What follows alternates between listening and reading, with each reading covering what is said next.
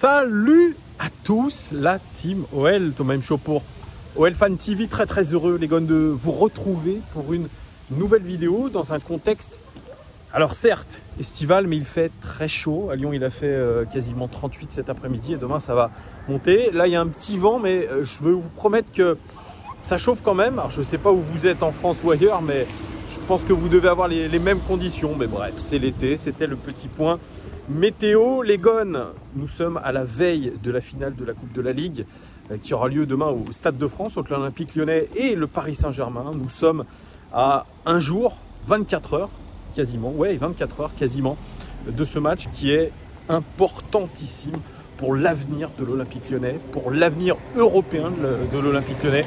Donc, il faudra absolument s'imposer demain pour déjà récupérer un trophée, ce qui nous manque depuis 2012. Et oui, c'est une dizaine de 8 ans qui est en train de suivre son cours et on espère demain inverser cette tendance. C'est le dernier trophée Coupe de la Ligue de l'histoire. Voilà, il n'y aura plus de Coupe de la Ligue la saison prochaine pour soi-disant alléger le calendrier. Donc, il y a beaucoup d'enjeux demain, mais c'est surtout au-delà du trophée pour le club, c'est être européen la saison prochaine. Ça passera par des tours préliminaires pour l'Europa League. Mais en tout cas, si on est sérieux, si on ne renouvelle pas l'inexpérience de l'Astra Giorgio, rappelez-vous, on a été éliminé piteusement en préliminaire, et bien voilà, on aura la Coupe d'Europe la saison prochaine. Je ne vous ai pas parlé de la Ligue des Champions. Ça reste encore un doux rêve, c'est utopique. Et en tout cas, je pense que le match de demain sera évidemment décisif dans la Ligue des Champions, dans ce match retour face à la Juventus. Une Juventus d'ailleurs que j'ai vu hier soir contre Cagliari, très poussif, qui a perdu d'ailleurs, très poussif. La Juventus qui a des largesses défensives notamment. Bon, forcément ça ne sera pas la même Juve que nous affronterons, ça c'est sûr. Mais en tout cas, ça nous laisse un petit espoir quand même. Mais bon, je m'écarte un petit peu du sujet parce que recentrons-nous. Restons dans l'événement qui va se dérouler demain, finale de la Coupe de la Ligue. Et à ce propos, une news qui fait bondir tous les supporters lyonnais depuis ce soir, c'est un top tweet. C'est la diffusion du groupe pour cette finale de la Coupe de la Ligue. Et énorme surprise, Melvin Barr n'est pas dans le groupe pour demain. C'est absolument lunaire. Alors, ne pas être dans le groupe alors que le joueur a fait une préparation plus que sérieuse. Il a été peut-être l'un de nos meilleurs joueurs. Moi, j'y vais pas par quatre chemins. En tout cas, notre meilleur latéral gauche, dans ce que nous avons vu, il faut être clair. C'est un joueur qui a courbé l'échine, qui a accepté de travailler, de se concentrer. Alors, il y a eu des offres. Une offre du Bayern Munich. Pour l'instant, il n'a pas encore accepté cette offre, mais on peut se poser cette question. Est-ce que l'absence de Barr résulte d'une blessure? L'absence de Barr résulte d'une possibilité de transfert qui est en cours, et donc pour ne pas interférer avec le groupe? Est-ce que c'est délibérément un choix du coach? Parce que effectivement, il y a un tweetos qui faisait remarquer, dans ce groupe de 18 joueurs, si vous mettiez Barr, eh bien, vous éliminiez quelqu'un comme Cherki, quelqu'un comme Toko Ekambi, quelqu'un comme Traoré, quelqu'un comme Cornet, par exemple. Donc, forcément, c'est un choix politique. C'est un choix calculé, si c'est le cas, parce que voilà, on a des joueurs qui sont des cadres, qui ont des statuts. Et à l'Olympique Lyonnais, eh bien, il y a une politique qui est assez claire par rapport à ça. Et si vraiment on a les informations concernant Barr qui ne sont pas de nature d'un transfert ou d'une blessure, eh bien ce sera, je pense, très clair pour lui en tout cas, le message envoyé par Rudy Garcia. Et j'irai même plus haut, parce que c'est pas Rudy Garcia qui fait ses choix complètement. Nous avons les têtes pensantes que sont Gérard Houllier, que sont Jean-Michel Aulas et peut-être d'autres qui eux font les équipes. C'est ce que m'avait sous-entendu un petit peu Jérémy Morel l'année dernière et puis plus récemment Gérald Baticle. Donc à suivre avec intérêt, mais en tout cas cette décision de ne pas mettre Melvin Barr, elle met le feu aux poudres aux supporters en tout cas. Ça fait vraiment grand bruit. Beaucoup d'insultes d'ailleurs sur les réseaux sociaux, beaucoup qui invectivent Rudy Garcia, qui interpellent aussi Jean-Michel Aulas par rapport à ce choix. Bref, les supporters lyonnais risquent, en cas de défaite et de mauvaise prestation face au Paris Saint-Germain, eh bien, faire monter leur colère. Et c'est un peu petit mot parce qu'on a l'impression d'être vraiment pris un petit peu pour des cons, qu'on se le dise, hein, et que cette fameuse méritocratie qu'adore toujours dire Rudy Garcia, et écoutez, moi je choisis mes joueurs en fonction de ce qu'ils montrent à l'entraînement, en match, etc. Eh bien, avec Melvin Barr, encore une fois, ce n'est pas le cas. Donc, très déçu, mais attendons quand même certaines explications. Les Gones, moi j'ai suivi un petit peu cette conférence de presse tout à l'heure de Rudy Garcia. Alors, j'ai pas vraiment appris grand chose, hein. Pour tout vous dire, c'était peut-être l'une des conférences de presse les moins intéressantes que j'ai eu à suivre de Rudy Garcia. Que des éléments de langage, voilà, annonnés comme ça, de la langue de bois, beaucoup. Alors j'ai noté un petit peu quelques trucs. Il dit on part dans l'inconnu niveau physique. Oui, ça il l'avait déjà dit. Bon, c'est vrai que l'Olympique Lyonnais n'a pas encore joué de match officiel, à la différence du Paris Saint-Germain qui a joué la semaine dernière contre le Paris Saint-Germain. On ne sait pas exactement où on en est physiquement, c'est une grande inconnue. Alors même s'ils ont sûrement un staff performant au niveau des statistiques, au niveau du corps, moi j'allais me répéter, mais bref, c'est Antonin da Fonseca qui gère un petit peu cette cellule performance. Mais apparemment, ils n'ont pas de retour concret sur ce qu'ils peuvent donner au niveau physique. On verra bien, on verra bien. Il dit qu'on devra absolument s'appuyer sur les 5 changements et qui sont importants puisqu'ils vont permettre forcément de renouveler l'équipe, de mettre du sang frais. Et comme avait dit, je crois, Julien Martin, il me semble, où pour lui, il aurait fallu faire jouer à fond, par exemple, les Pistons si on joue en 3-5-2. Voilà. Et au bout de 60 minutes, dès qu'ils sont cramés, les changer. C'est possible. En tout cas, il utilisera bien les 5 changements, Rudy Garcia. Alors, il parle d'une certitude, il y a une seule certitude, c'est que l'OL devra faire preuve de détermination et que les joueurs devront faire preuve d'envie. Oh, bah tiens, c'est marrant ça, comme à chaque match en fait, pas comme quand c'est une finale, parce qu'on a l'habitude d'avoir des joueurs qui choisissent leur match, hein, n'est-ce pas? On a eu cette habitude-là, mais aujourd'hui, demain plutôt, eh bien, il faudra faire preuve effectivement d'envie, de détermination, et même il ajoute quelque chose.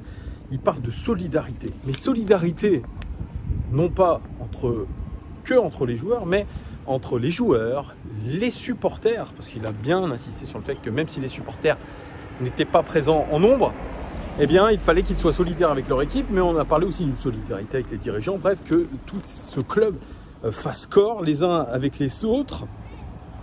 Il a parlé aussi d'une petite chose qui, pour lui, serait très importante, que ce soit pour l'une ou l'autre équipe. C'est l'importance de ces 20 dernières minutes de jeu, les 20 dernières minutes de jeu où la plupart des joueurs seront cramés. Je pense que c'est ce qu'il a vu du Paris Saint-Germain contre l'AS Saint-Etienne, où l'intensité a nettement baissé. Eh bien, c'est là où il faudrait mettre un coup de collier et peut-être que la décision se fera lors de ces minutes-là. On verra si il était prophète en son pays, Rudy Garcia. Alors, il parle des adversaires qu'on a eu en préparation en disant que la plupart n'avaient pas donné une haute intensité et que par conséquent, il n'avait pas du tout de recul par rapport à ce qui est capable de donner l'équipe face à une grosse intensité. Il a dit on était obligé de demander aux joueurs de mettre de l'intensité. Je suis un peu d'accord pour les matchs qui se sont faits notamment en Belgique. Je suis moins d'accord face aux Glasgow Rangers où on a vu qu'il y avait eu de l'intensité mise de la part de l'équipe écossaise. Donc je ne suis pas trop d'accord. Je pense que là aussi c'est une sorte d'excuse. Cette excuse du fait que les adversaires n'aient pas donné tant d'intensité que ça. On a vu que même avec des adversaires de faible niveau, on a eu des difficultés, surtout défensives. C'est pour ça que je ne crois pas trop que cet argument soit bon. Bon, enfin bref, c'est ce qu'il a dit. Alors on a parlé aussi dans la presse demain de la composition probable. Alors début de semaine, c'était un 3-5-2 classique avec Marsal titulaire, avec Cornet titulaire, avec Thiago Mendes titulaire. Et puis là, on est en train de dire que possiblement, Maxence Cacré pourrait être titulaire à la place de Thiago Mendes. Oui, dans la méritocratie, ça aussi, ça pourrait être intéressant, tiens, de mettre Maxence Cacré. En tout cas, moi, je trouverais ça complètement normal de mettre Maxence Cacré. Mais demain, on verra. Je pense qu'il y aura quelques surprises quand même. Je ne crois pas à une équipe qui est fuitée comme ça dans la presse. Moi, je n'y crois absolument pas. Alors, il voulait aussi, pendant cette préparation, que les joueurs s'adaptent en tout cas à plusieurs systèmes de jeu. On a vu du 4-3-3, si je ne m'abuse, du 4-2-3-1, du 3-5-2. Il dit que les joueurs doivent être capables de s'adapter, même en cours de match, de changer de système. Et il croit que les joueurs l'ont bien assimilé. Et tiens, il est en train de faire comme un certain Julian Nagelsmann à Leipzig. Il est en train de faire comme un Jesse Marsch du côté de Salzbourg. Tiens, c'est le groupe Red Bull, tout ça. C'est peut-être l'influence Houllier. Ces joueurs capables de s'adapter à un changement de système ou à plusieurs changements de système de jeu au cours d'un même match. Ça aussi, on verra ce que ça va être. Il dit les joueurs seront prêts pour mettre des problèmes à l'adversaire. Waouh! Et il va plus loin, Rudy Garcia. Il dit on a déjà posé des problèmes au Paris Saint-Germain. Peut-être alors, mais alors peut-être pendant 60 minutes en Coupe de France et puis après ça a été très compliqué. Mais alors, je pense qu'il confond avec l'ère Bruno Genesio. Oui, Bruno Genesio était capable de mettre en difficulté des grosses équipes, ce qu'est moins capable de faire, je le dis bien, Rudy Garcia. Genesio, selon Batik, était un entraîneur de coups. Rudy Garcia, lui, je vous le répète, il impose un défi physique à l'adversaire quand c'est des petites équipes. Voilà, c'est-à-dire que l'OL arrive comme un club dominant, met beaucoup d'agressivité avec les petites équipes. Moins avec les grosses, on verra demain, mais en tout cas, les ingrédients, on les connaît. Il faudra mettre de l'agressivité, de l'intensité. Il faudra être au niveau, tout simplement. Alors lui, il dit même quelque chose, il dit, la vérité, elle n'est pas tactique, mais sur l'attitude des joueurs, détermination et solidarité entre tous. Ouais, voilà. Bon, donc vous avez vu, j'ai résumé un petit peu ce que j'ai entendu de la conférence de presse de Rudy Garcia. Je ne vous résume pas les propos de Léo Dubois qui sont absolument anecdotiques, voire nuls. Voilà, on n'a rien appris. Bref, vous voyez, je suis un petit peu énervé. Je ne sais pas si c'est la chaleur, si c'est tout ça, si c'est le fait de ne pas voir Barre.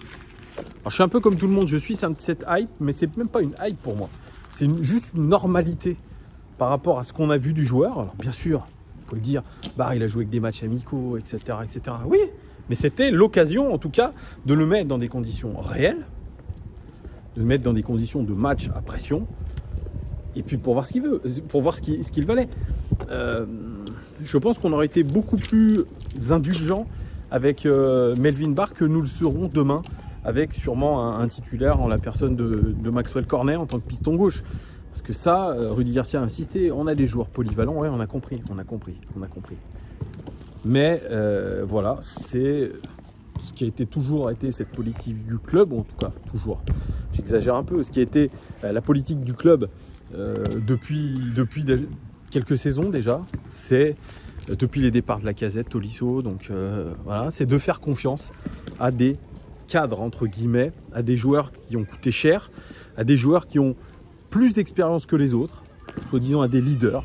Voilà, c'est ça la politique finalement de Rudy Garcia. Elle est très simple. Elle est très simple cette politique-là. On la comprend maintenant. Voilà, il fait confiance sur des matchs à pression à des joueurs qui ont déjà un vécu, qui ont déjà peut-être plusieurs centaines de matchs dans les pattes, des matchs professionnels, des matchs en jeu. Voilà, c'est tout ce que je peux vous dire. Il va peut-être faire confiance à Aouar qui a déjà un passé chez nous. Alors je ne cible pas Aouar en particulier, mais en tout cas Aouar a cette compétence d'avoir de l'expérience. Demain il faudra qu'il le mette au service. Il fait confiance à Memphis Depay, ce qui est normal. Dembélé parce que lui aussi il a prouvé à l'Olympique Lyonnais qu'il pouvait être un super buteur. Guimarães, lui c'est peut-être celui qui déroge à la règle, puisque il n'a pas vraiment d'expérience en Europe, c'est sa première expérience en Europe et pourtant il s'est imposé très rapidement. Voilà, on lui fait confiance tout de suite. Cacré, ça serait peut-être l'exception aussi qui confirme la règle, parce que lui non plus n'a pas beaucoup d'expérience, mais il a prouvé qu'il était un joueur qui pouvait nous débloquer certaines situations aussi. Voilà, mais derrière, ça sera du Marcelo Denayer. On ne fait même pas confiance à Andersen apparemment, donc c'est Ravos aussi.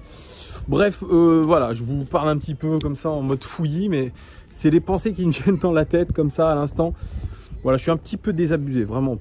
J'attends de voir, mais vous voyez, cette finale que j'attendais avec impatience, avec l'espoir que l'Olympique Lyonnais fasse quelque chose, bah, je ne sais pas pourquoi, mais depuis que j'ai vu que ce Melvin Barr n'est pas dans le groupe, je me dis il y a quelque chose qui est très bizarre et ça me met un sentiment un petit peu amer. Oui, je suis un petit peu la Vox Populi, mais je crois que cette Vox Populi, elle est sincère, elle est honnête et peut-être qu'on parle trop avec nos émotions, peut-être qu'on attend trop d'un Melvin Barr, mais aujourd'hui, c'est ce que réclame le supporter aujourd'hui, c'est ça. C'est une jeunesse triomphante, c'est la méritocratie, mais la vraie. Et je suis complètement d'accord avec tout ça. Il y en a marre de ce foot business à la con qui nous domine, etc. Où finalement que les joueurs ne sont que des monnaies d'échange. Ça c'est chiant, ça c'est chiant. Bref, voilà, je ne vous ai pas parlé du Paris Saint-Germain, mais j'ai pas suivi la conférence de presse de Tourelle, mais je pense que demain, même en l'absence de Kylian Mbappé, cette équipe aura de la gueule, ils ont de quoi faire pour le remplacer dans différents systèmes, que ce soit avec Sarabia, que ce soit même avec l'option Marquinhos, Verratti au milieu de terrain, bref, il y a Icardi en pointe, bref, ils ont toutes les armes nécessaires pour nous mettre en difficulté, donc je pense qu'il ne faudra pas se concentrer sur Paris, on sait ce qu'est Paris. Neymar, lui, a communiqué en disant que pour eux, tous les matchs étaient des finales jusqu'à la fin de saison. Oui, ils ont la Ligue des Champions aussi. Et ils veulent gagner tous les trophées. Donc, évidemment que demain, ils seront au rendez-vous. C'est évident. Parce que pour eux, c'est une préparation par rapport à la Ligue des Champions. Est-ce qu'ils aligneront leur équipe type ou alors ils préserveront certains joueurs pareil pour ne pas avoir trop de casse en vue de la Ligue des Champions? Il faudra voir, mais j'y crois pas. Moi, je pense que l'équipe type sera alignée. Du côté du Paris Saint-Germain, en tout cas, nous, il faudra se concentrer sur nous. Voilà, centrer sur nous. Et puis mettre surtout de l'impact, de l'agressivité, peut-être comme l'a fait Saint-Etienne. Peut-être pas en cassant des jambes non plus, mais en tout cas en mettant de l'impact. On sait comment les bousculer. Maintenant, il va falloir se retrousser les manches. Il fera chaud. Ils annoncent demain, je crois, c'est 29 dans l'après-midi, donc un peu moins qu'à Lyon. Mais il fera chaud, je pense, au coup d'envoi. Donc ça pourrait être aussi avoir une incidence, peut-être, sur les conditions de jeu, on verra. Mais voilà, l'Olympique Lyonnais doit essayer, en tout cas, de mettre tous les ingrédients nécessaires. Oui, c'est des éléments de langage que je suis en train de vous faire. Mais voilà, c'est ce que je pense. Agressivité, conviction, détermination, réalisme aussi. Il va falloir marquer. On n'aura peut-être pas beaucoup d'occasions, mais en tout cas, sur ces occasions qu'on aura, il va falloir les mettre au fond. Et surtout, essayer d'être le plus concentré défensivement. Il faut être concentré, il faut être efficace aussi. Il faut être efficace défensivement. Donc, voilà. J'espère vraiment que cet Olympique Lyonnais demain va quand même nous faire plaisir. Permettre aussi aux supporters de décompresser, de se dire waouh, enfin un trophée depuis 2012. Voilà, ça va permettre, je pense, peut-être d'apaiser les tensions et surtout peut-être se donner de la confiance en vue d'utopique beau parcours en Champions League. Voilà les gones, dites-moi vous en commentaire ce que vous pensez de ce match de demain, de cette finale, de l'absence de Barr. Vous me dites ce que vous en pensez, est-ce que c'est un transfert, est-ce que c'est une blessure, est-ce que c'est un choix. Voilà, dites-moi tout en commentaire. Et puis, évidemment, on se retrouvera Alors, je voulais faire un débrief à la fin du match, mais je ne sais pas si j'aurai le temps. Mais sinon, vous aurez évidemment le débrief du match, probablement dimanche matin. Voilà les gones, je vous souhaite une très bonne soirée, une très bonne journée et une très bonne finale. À bientôt les gones, merci en tout cas de votre fidélité. Si vous avez apprécié la vidéo, un like, un partage, un abonnement pour ceux qui ne sont pas abonnés encore. À très bientôt, bon match, ciao.